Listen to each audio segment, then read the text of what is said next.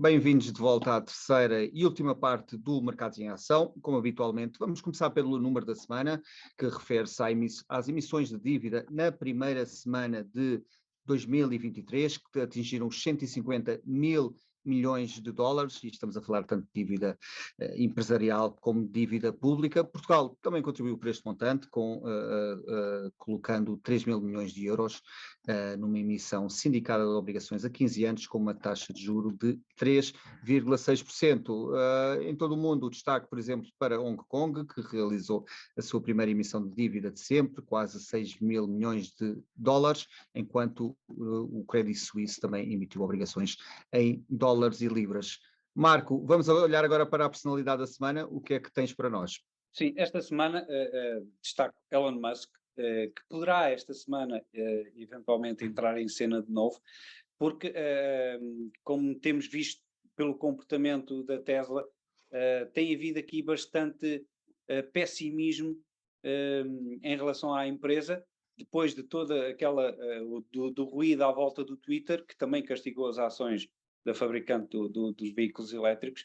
A Tesla neste momento está com um pouco mais de um quarto do valor que atingiu nos máximos, e Elon Musk tem que aparecer e fazer aqui um golpe de asa, como costuma fazer, para tentar reverter a posição, tendo em conta que, obviamente, que isto é a capitalização da empresa no mercado é extremamente importante para ele, e, portanto, poderemos ter aqui um reaparecimento de Elon Musk nas próximas semanas, para estancar esta hemorragia que está a existir neste momento nos títulos.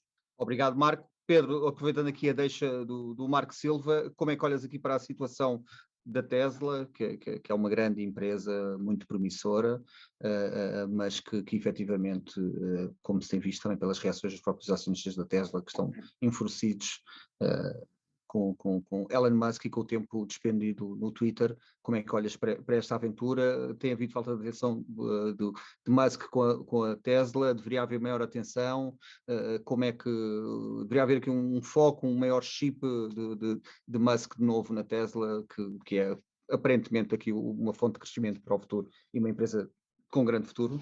Claramente, não é? Acho que estas distrações em que o Elon Musk se envolve periodicamente são prejudiciais para o negócio da Tesla, são prejudiciais se calhar não tanto para o negócio, mas para a cotação da Tesla são bastante prejudiciais, portanto seria bom que ele estivesse concentrado no seu negócio. Eu pessoalmente prefiro CEOs das empresas que tenham um papel mais operacional, e menos mediático do que o Elon Musk tem. Não quer dizer que ele não tenha, obviamente, também que o seu papel mediático não tenha um efeito brutal sobre as cotações da empresa e mesmo sobre a notoriedade que a marca tem e que depois lhe acaba por dar cota de mercado também.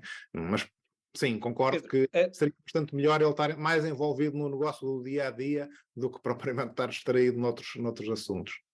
Pedro, mas aqui 2 pontos. Primeiro, a venda que ele fez, que foi bastante significativa de ações, também castigou fortemente a perspectiva dos investidores, não? Até porque, e essa venda deriva da aventura dele no Twitter.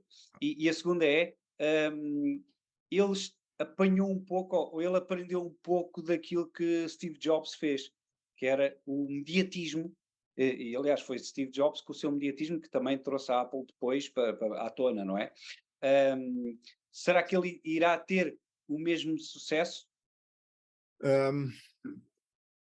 Obviamente que as duas coisas estão ligadas, ou seja, a necessidade que ele teve de vender uma parte da participação na Tesla está ligada com a necessidade que teve de financiar a aquisição do Twitter, e acho que na realidade isso comprova que o Twitter foi mais prejudicial do que meramente uma distração.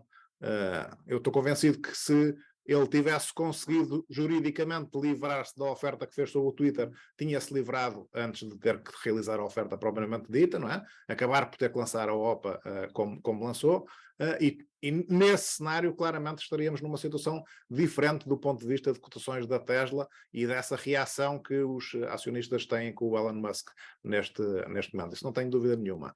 Sobre as parecenças dele com Steve Jobs ou não. Eu acho que Steve Jobs teve um mérito enorme de estar muito dedicado à Apple, quando voltou para a Apple, estar 100% dedicado à Apple durante aquele período todo. Era uma figura altamente mediática e aquelas apresentações de produtos e de software eram um show em si próprio, não é? E isso beneficiou brutalmente a Apple. A Apple tem, no entanto, uma coisa que eu acho que se calhar a Tesla não tem ao mesmo nível, que é uma qualidade do produto absolutamente exemplar a nível mundial, e eu acho que isso não é 100% verdade no caso da Tesla. Não vejo assim tanta diferença entre o produto da Tesla e o produto de muitos outros fabricantes automóveis. Mas há uma diferença gigante em termos de valorização de uma empresa, da Tesla e dos outros fabricantes automóveis. Portanto, isso é ainda um mistério que está por resolver e que sempre que o Elon Musk se afasta da Tesla por algum motivo, penaliza as cotações, evidentemente. Pedro, olhando aqui para o caso da China, um país muito importante e que aqui todos os holofotes estão virados para a China neste momento e durante este ano, com certeza. Aqui este fim de semana houve aqui mais um pilar da estratégia Covid-0 que caiu, com a suspensão das quarentenas obrigatórias que marcavam aqui as viagens dos cidadãos chineses. Ao mesmo tempo, o Banco Central da China também está confiante no regresso do crescimento económico normal, digamos assim, para breve. Queria perguntar se isto são boas notícias para a China e, enfim, talvez para o mundo. Com maior crescimento e uma maior disponibilidade económica e industrial da China, o que é que esperas da economia chinesa para este ano? Indiscutivelmente são boas notícias. Eu acho que é evidente que a política de Covid-0 estava a ser muito prejudicial para o crescimento da economia chinesa e, na prática, depois prejudicial para o resto da economia mundial. E, portanto, o abandono dessa política acho que é um passo bastante positivo.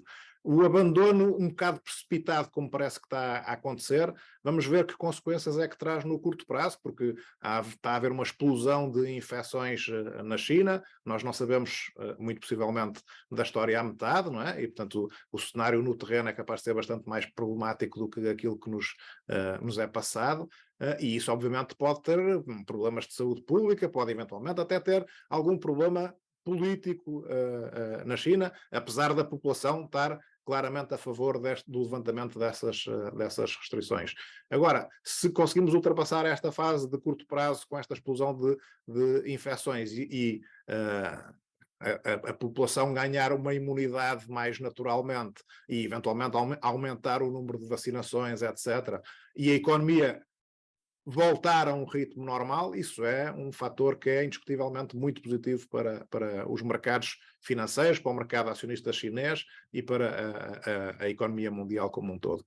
Há um problema que a mim me preocupa e que foi o fator negativo para as ações chinesas durante 2020 e 2021, foi a intervenção brutal do governo chinês sobre as grandes empresas chinesas e sobre todos os modelos de negócio que estavam a ter muito sucesso na China, e uma intervenção que é sobretudo ideológica e cuja ideologia foi reforçada durante o último congresso do Partido Comunista Chinês, e portanto esse risco não desapareceu, não é? Neste momento estamos a viver os benefícios desta abertura, mas acho que ainda continua um risco político bastante significativo na China e que pode vir a prejudicar-nos um pouco mais tarde. Pedro, então, lanço mais duas perguntas. A primeira é,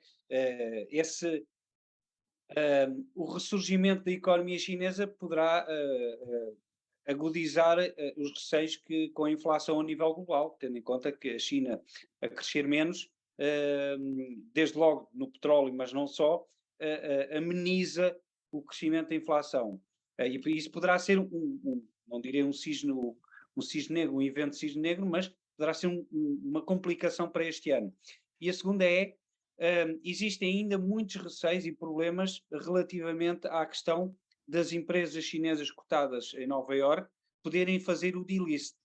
Esse também é um risco que está presente no mercado e que poderá levar aqui a um susto ou uma correção ou um evento que eu acho que ainda falta um evento disruptivo para levar o mercado para baixo. E isto também, pronto, é uma terceira pergunta para resposta rápida. Se achas que já atingimos aquele ponto do medo que é quase sempre necessário para termos um fundo nos mercados? Se calhar começando pela parte das matérias-primas, obviamente, quer dizer, se a China, a economia chinesa começar a recuperar, isso vai gerar alguma recuperação nos preços das matérias-primas e aí, sobretudo nas matérias-primas industriais, eu acho que isso vai ser bastante mais visível e, sobretudo, nos metais industriais. Na parte da energia, não vejo como um impacto tão grande porque temos todo o resto do mundo a abrandar em contraciclo e, portanto, as coisas podem compensar-se minimamente. Agora, a China é muito maior consumidor desses metais industriais do que o resto do mundo e, portanto, desse ponto de vista, acho que reforça um bocadinho o argumento para metais industriais. Esse é um dos pontos. O outro ponto é se isto seria um fator negativo, outra vez, para a inflação. Tem dois lados, não é? Se, de facto, pressiona o preço das matérias-primas para a subida. Por outro lado, a China é uma fábrica de muita coisa em todo o mundo e o facto de essa economia, essa fábrica ter estado parada durante vários meses por causa das intervenções de Covid, os confinamentos, etc., também gerou estas perturbações nas cadeias de abastecimento e gerou, na prática, um aumento de preço. E, portanto, acho que uma coisa tem o potencial para compensar a outra e acho que não vai haver uma surpresa na inflação vinda da China. A terceira pergunta, sobre um evento que cause um momento de pânico que possa ser o fundo do mercado. Eu concordo que não houve, não é? Portanto, não estamos até agora, a descida dos mercados durante o ano 2022 foi relativamente ordeira. Nós passamos fases em 2008 com quedas de 4, 5% por dia, em que já parecia que era um dia relativamente normal, e isso nunca aconteceu durante este ano todo. E nunca houve um pico grande de volatilidade como houve em 2008, ou como houve durante a pandemia, por exemplo, e, portanto, tudo isso pareceu uma queda relativamente ordeira. E, portanto, não houve ainda esse elemento de pânico. Eu parece-me que já ultrapassámos um bocado esse momento em que podia haver um elemento de pânico. E acho que um mercado não precisa de um momento de pânico para encontrar o fundo e para começar a recuperar. Também não estou a dizer que já encontramos o fundo. Eu acho que ainda vamos ter muitos problemas ou muitas dificuldades para superar ao longo de, pelo menos, o primeiro trimestre de 2023. Mas a seguir a isso, acho que as coisas estão claramente melhores.